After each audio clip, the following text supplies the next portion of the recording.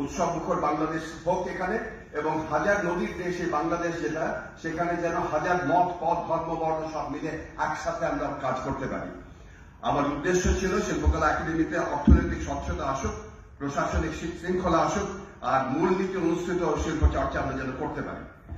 এই মুনির চৌধুরীর নামে এই উৎসব, যিনি আমার একেবারে প্রাণের মানুষ, যাকে দেখে আমি অনুপ্রাণিত হয়েছে বারবার, যিনি সেই মানুষ যিনি কখনো চিন্তা করেন নাই যে নাটক করতে গেলে কিছু দরকার আছে, উনি সেই মানুষ যিনি জেলখানায় বসে কবর লিখেছিলেন এবং জেলখানায় কোন রকম আর্থিক অনুদান সহায়তা কিছু না করে রাত্রেবেলা কিন্তু সেই কয়েদিরা, কমিউনিস্ট পার্টির কয়েদিরা কিন্তু নাটক মঞ্চায়ন করেছিল ভাষা আন্দোলন পরে 53 সালে।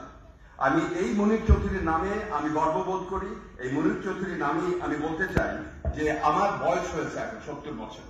বাংলাদেশ শিল্পকলা একাডেমির জন্য আমি যে কাজ করেছি, এখন আর মন্ত্রণালয় 10 বার করে লড়াই করে তাদের জন্য তাদের হাত পা ধরার কোনো আমার জায়গা নাই, দরকারও নাই।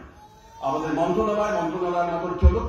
আমাদের দেশে যে রাজনাথের মতন যারা একটু আগে বলে গেলেন যে আমাদের যেন বৈষম্যহীন বাংলাদেশ হয়, তার জন্য সবার আগে দরকার এই মন্ত্রণালয় যত রকম আমাদের কর্মচারীরা আছেন তারা একটু বুঝুক যে এখানে একটা গণ অভ্যুত্থানের পরবর্তী জায়গায় আমরা কাজ করছি, সেইভাবে যদি তারা একটু চিন্তা করে কাজ করেন।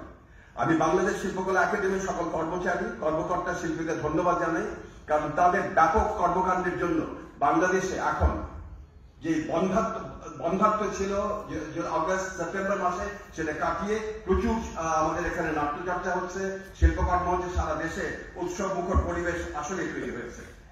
আমি এই জন্য এটা সঠিক সময় মনে করি যে আর বোধহয় ভবিষ্যতে কাজ করা সম্ভব হবে না এখানে।